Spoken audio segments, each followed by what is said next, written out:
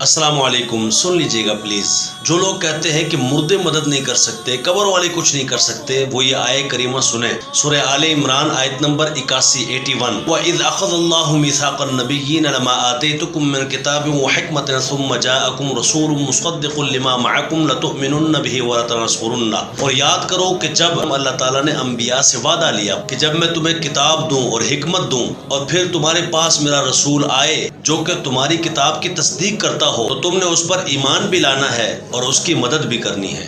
اب اللہ تعالیٰ فرما رہا ہے انبیاء تم نے مدد کرنی ہے۔ سب نے کہا بالکل مدد کریں گے۔ اللہ خود مدد کر سکتا تھا، نبیوں کو کیوں کہا؟ پھر نبیوں نے آگے سے یہ نہیں کہا یا اللہ تو مددگار ہے تو ہمیں کیوں کہتا ہے؟ فرمایا نہیں، ہم مدد کریں گے۔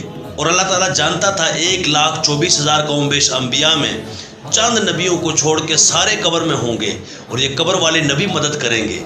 مسجد اقصیٰ میں نماز پڑھ کے ایمان لائے، مدد کی، اور موسیٰ علیہ السلام نے چھٹے آسمان پر حضور کو واپس بھیج دیا کہ 50 نمازیں نہیں پڑھ سکیں گے، اور پھر 5 نمازیں رہ گئی جیسے کہ صحیح ستہ میں موجود ہے۔ اور آج بھی ہم قبر والے نبی کی مدد سے کی جانے والی 50 میں سے 5 نمازیں ہر روز پڑھ کے اعلان کرتے ہیں واقعی اللہ تعالیٰ چاہے تو قبر والوں سے مدد کروا سکتا ہے۔